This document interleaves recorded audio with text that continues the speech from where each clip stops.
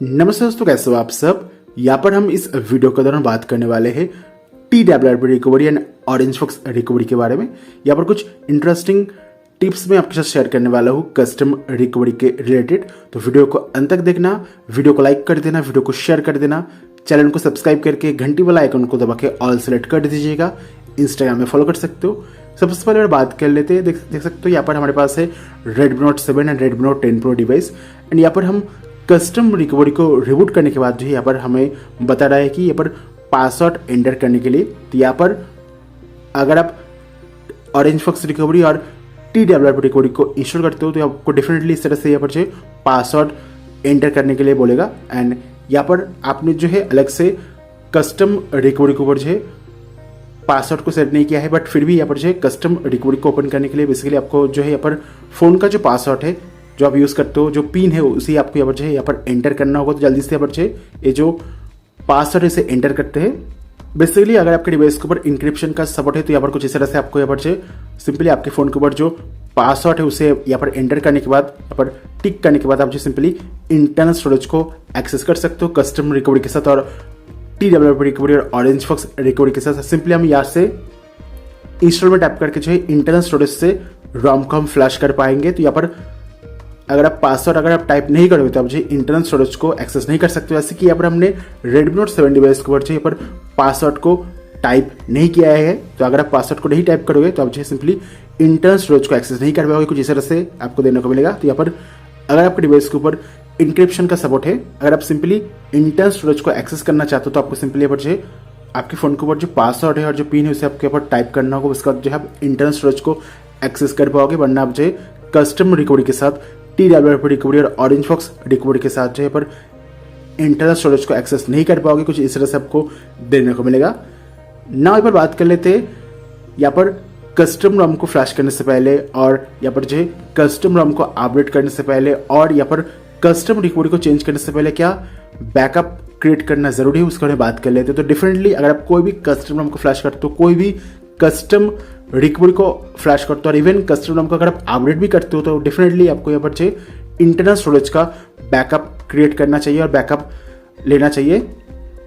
अगर कुछ भी गड़बड़ होती है तो बाद में रीइंस्टॉल कर पाओगे। तो make sure backup your important data before flashing any custom ROM और एनी रिकवरी। और अगर आप अपडेट भी करते हो रोम को तो आपको डेफिनेटली यहाँ पर बैकअप क्रिएट करना काफ़ी ज़रूरी है। नेक्स्ट यहाँ पर बात करना चाहूँगा यहाँ पर सिंपली यहाँ पर सबसे पहले यहाँ पर रिकवरी को रिबूट कर लेते फिर से। नेक्स्ट यहाँ पर बात कर लेते यहाँ पर क्लीन फ्लैश प्लस वाइप के बारे में। तो यहाँ पर जो है वाइप में आपको दो ऑप्शन देने को मिलेगा, सिंपली फैक्ट्री रिसेट का ऑप्शन है, प्लस यहाँ पर जो है एडवांस वाइप को ऐड किया गया है, यहाँ पर जो फॉर्मेट डेटा को ऐड किया गया है। तो यहाँ पर कस्टम रोम को फ्लैश करने से पहले कौन सा ऑप्शन को आपको सिलेक्ट करना होगा। सबसे पहले नॉर्मली यहाँ पर आपको अगर आप नॉर्मली फैक्ट्री रिसेट करोगे तो यहाँ पर जो है मोस्ट जितने भी रोम है फ्लैश हो जाएगा। अगर आप फिर भी मेक श्योर करना चाहते हो, अगर 100% रोम को बूट करना चाहते हो, सभी रोम को बूट करना चाहते हो, आपको सिंपली यहाँ पर जो एडवांस वाइप में जाना होगा। एडवांस वाइप में जाने के बाद तो यहाँ पर जो है Redmi Note 7 डिवाइस के ऊपर पासवर्ड को टाइप करने के बाद जो कुछ इस तरह से यहाँ पर जो काम करता है कस्टम रिकवरी के साथ। काफ़ी बढ़िया बात है। एनीवे यहाँ पर बात कर लेते हैं वाइप के बारे में। तो यहाँ पर जो सिंपली अगर आप सभी रोम को बूट करना चाहते हो तो सिंपली वाइप में जाके डालविक डेटा कैश ये तीन ऑप्शन को सिलेक्ट करके स्वाइप करके वाइप कर देना होगा। यहाँ पर आप देखोगे Redmi Note 7 डिवाइस के ऊपर जो है वाइप के ऊपर डिफरेंट ऑप्शन है। तो सिंपली यहाँ पर क्लीन फ्लैश का मतलब है आपको सिंपली यहाँ पर जो डालविक डेटा कैशे सिस्टम में चार ऑप्शन को सिलेक्ट करके स्वाइप करके वाइप कर देना होगा। क्लीन फ्लैश का मतलब है आपको यहाँ पर जो वाइप करना होगा ना। अगर बात करें वाइप डेटा का मतलब क्या है, तो यहाँ पर वाइप डेटा का जो मतलब है ये दोस्तों पर फॉर्मेट डेटा का मतलब है। यहाँ पर format data and wipe data दोनों सेम है। फॉर्मेट डेटा करने से यहाँ पर इंटरनल स्टोरेज जो है डिलीट हो जाएगा। तो यहाँ पर जो फॉर्मेट डेटा का जो ऑप्शन है, फॉर्मेट डेटा का जो ऑप्शन है इसे सिलेक्ट करने के बाद ये स्टेप करने के बाद जो है पर इंटरनल स्टोरेज जो है डिलीट हो जाएगा। तो अगर आप फॉर्मेट डेटा करोगे तो यहाँ पर इंटरनल स्टोरेज डिलीट हो जाएगा। तो यहाँ पर जब आप कोई भी कस्टमर को फ्लैश करते हो तो वहाँ पर आपको जो है इंस्ट्रक्शन देने को मिलता है। तो वहाँ पर बता दिया जाएगा कि आपको यहाँ पर क्लीन फ्लैश करना होगा ना कि फॉर्मेट डेटा करना होगा। अगर ऐसा बताया गया है कि फॉर्मेट डेटा करना होगा तो आपको रोम को फ्लैश करने के बाद जो पर फॉर्मेट डेटा करना होगा, वरना वो जो रोम है आपके डिवाइस के ऊपर बूट नहीं होगा। तो यहाँ पर जो है अगर आपको डिवाइस के ऊपर ये जो रॉम है बूट नहीं हो रहा है, कोई भी रॉम बूट नहीं हो रहा है, आपको सिंपली पर जो कस्टम रिकवरी बूट करने के बाद फॉर्मेट डेटा में जाके ये स्टेप करना होगा। ये स्टेप करने के बाद जो पर इंटरनल स्टोरेज जो है डिलीट हो जाएगा। तो इसलिए मैंने बोला था make sure backup your important data before flashing any custom ROM.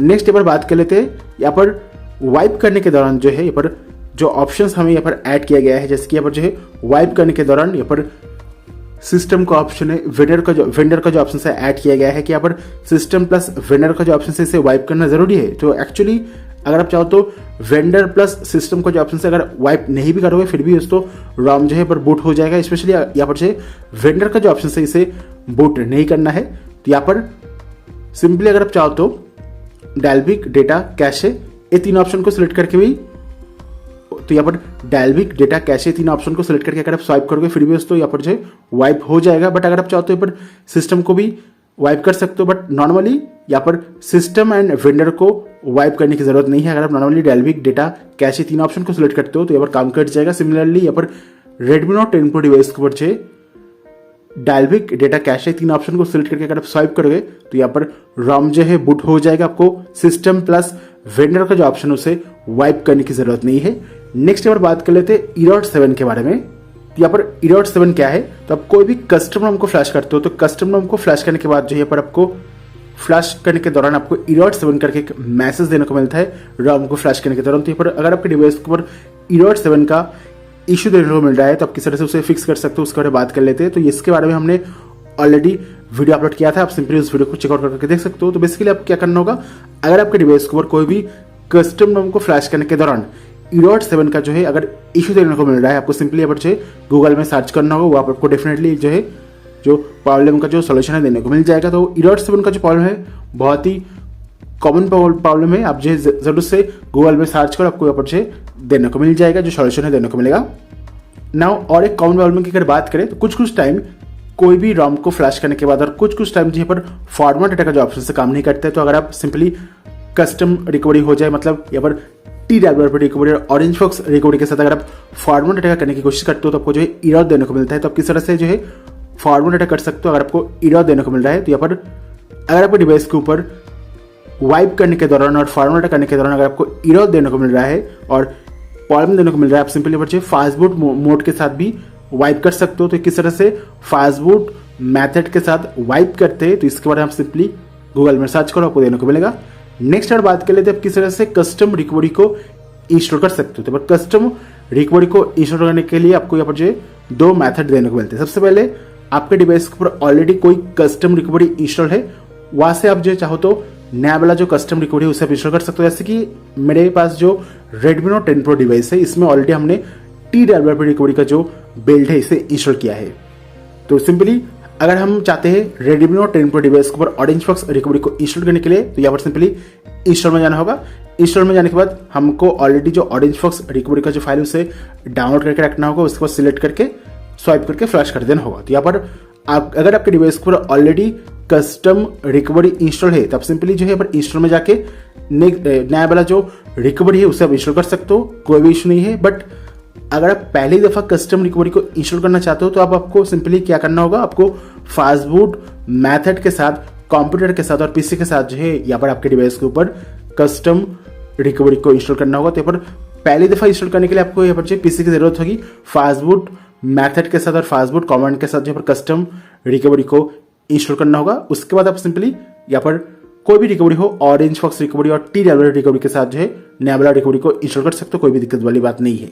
Next यहाँ पर और एक यहाँ पर टिप्स की अगर बात करूं, अगर आप चाहो तो जो बैकअप अगर आप क्रिएट करते हो, जैसे कि यहाँ पर हमने जो है मान लेते हैं हमने यहाँ पर बैकअप क्रिएट किया है, तो यहाँ पर बैकअप क्रिएट करने के बाद ये जो बैकअप का जो फाइल है इसे अगर आप चाहो तो ऑरेंज फॉक्स रिकवरी के साथ भी फ्लैश कर सकते हो। मतलब यहाँ पर TWRP रिकवरी के साथ बैकअप क्रिएट करते हो तो अगर आप चाहो तो ऑरेंज फॉक्स रिकवरी के साथ भी उसे फ्लैश कर सकते हो, कोई भी इशू नहीं है। सिमिलरली अगर आप ऑरेंज फॉक्स रिकवरी के साथ कोई भी बैकअप को क्रिएट करते हो, बाद में आप चाहो तो TWRP रिकवरी के साथ भी इस बैकअप को रीइंस्टॉल कर पाओगे, कोई भी इशू वाली बात नहीं है।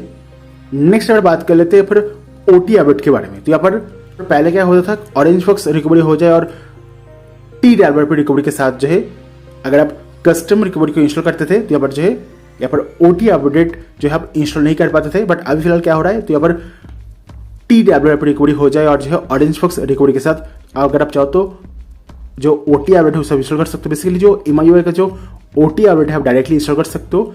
कस्टम रिकवरी के साथ OT अपडेट के साथ जो है कोई भी इशू देने को नहीं मिलेगा। प्लस अगर बात करें आप किस तरह से यहाँ पर जो ROM है उसे किस तरह से इंस्टॉल कर सकते हो, तो बहुत ईजी है। अगर आप कोई भी कस्टम ROM को इंस्टॉल करना चाहते हो, सबसे पहले यहाँ पर आपको बैकअप में जाके Kden ROM का बैकअप क्रिएट करना होगा। बैकअप क्रिएट करना काफ़ी ज़रूरी है, बाद में अगर आप चाहो तो रीइंस्टॉल भी कर सकते हो। बैकअप क्रिएट करने के बाद बैक आके वाइप में जाके एडवांस वाइप में जाके डेल्विक डेटा कैशे तीन ऑप्शन को सिलेक्ट करके स्वाइप करके बैकअप वाइप कर देना होगा। तो यहाँ पर बैकअप क्रिएट करने के बाद वाइप में आके एडवांस वाइप में आके डेल्विक डेटा कैशे तीन ऑप्शन को सिलेक्ट करके स्वाइप करके वाइप कर देना होगा। वाइप होने में कुछ ही सेकंड टाइम लगता है। वाइप होने के बाद सिंपली बैक आके यहाँ पर इंस्टॉल में जाके ROM को सिलेक्ट करना होगा।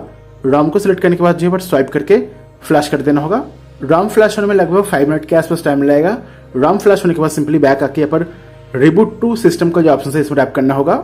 यहाँ पर ROM बूट होने में लगभग 5 मिनट के आसपास टाइम लगेगा। अगर आपके डिवाइस के ऊपर एज ROM में बूट नहीं हो रहा है, अगर आप कोई भी ROM बूट नहीं हो रहा है, तो आपको सिंपली फिर से कस्टम रिकवरी बूट करने के बाद वाइप में जाके फॉर्मेट डेटा में जाके ये स्टेप करना होगा। यहाँ पर जो ये स्टेप करने से इंटरनल स्टोरेज जो है रीड हो जाएगा।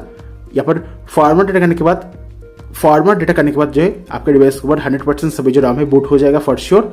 एंड यहाँ पर बूट होने के बाद सिंपली ROM बूट होने के बाद आपको यहाँ पर जो ROM को सेटअप करना होगा। कुछ इस तरह से आप जो कोई भी कस्टम ROM को इंस्टॉल कर सकते हो।